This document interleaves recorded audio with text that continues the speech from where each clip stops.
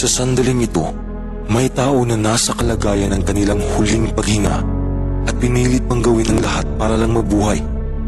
Kaya ikaw, marami kang biyaya. Tingnan mo nga ang mga taong nasa kritikal na kondisyon. Damhin mo nga kung gaano ka pinagpala. Alamin mo nga kung gaano ka pinagpala. Sigaw mo, ako ay pinagpala. Ako ay pinagpala. Salamat sa mga binigay mo, Diyos. Magtiwala ka na lahat ay gagana para sa'yo. Siguro hindi man katulad ng resulta sa pinlano mo, ngunit nakakapagpabago naman ang kaluluwa mo. Magtiwala ka na lahat ng hinihiling mo ay mapapasayo. Darating ito sa perpektong oras. Darating ito kapag handa ka ng tanggapin ito.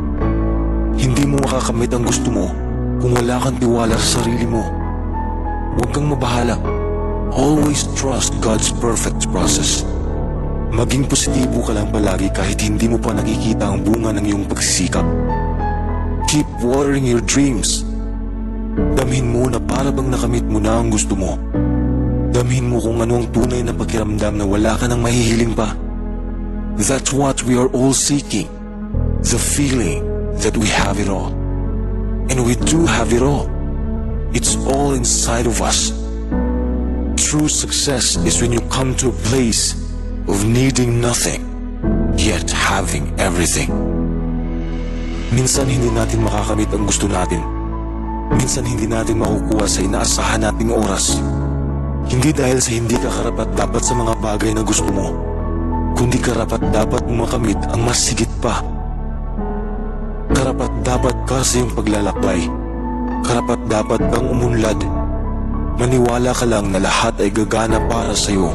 Sa tamang panahon, huwag kang sumuko kung nahihirapan kang abutin ang pangarap mo.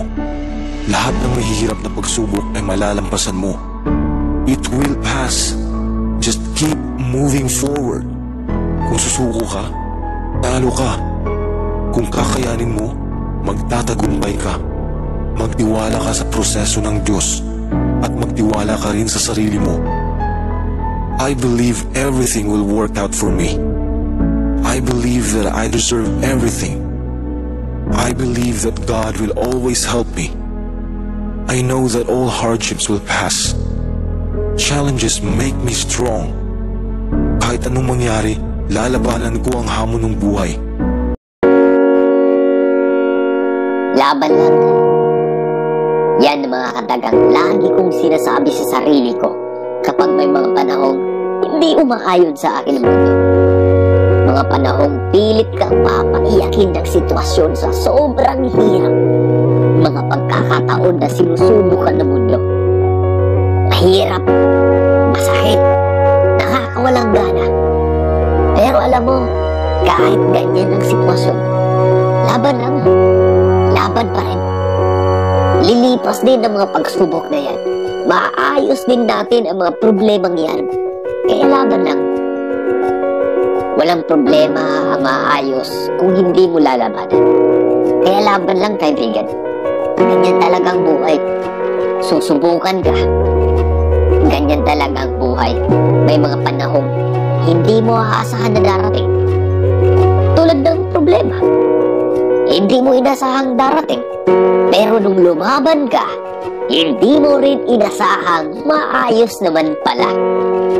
Basta tandaan mo na kapag lumalaban ka, laging may pag-asa. Ang pag-asa, hindi yan basta-basta madaling nakukuha.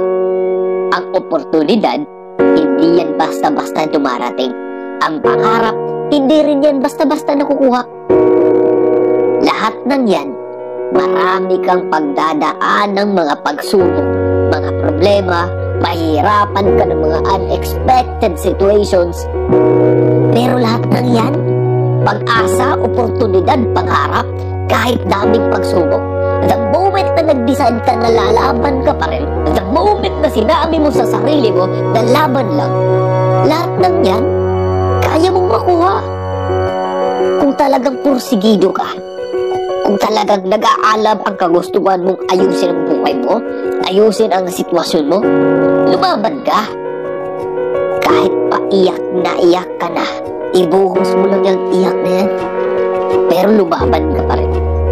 Kahit na konti lang yung kinikita mo sa trabaho, kahit napagod ka pa, huwag kang papayag na hanggang dyan ka na lang. Just a gentle reminder, please do not neglect the small. Huwag maliitin ang mga maliliit na bagay. Why we should not neglect the small things in our life? Because I want you to remember this. Small choices, big difference. Ang mga maliliit na bagay sa ating buhay, malalaki ang halaga niyan. Malaki ang dating niyan. Malaki ang tulong niyan sa atin. Amen?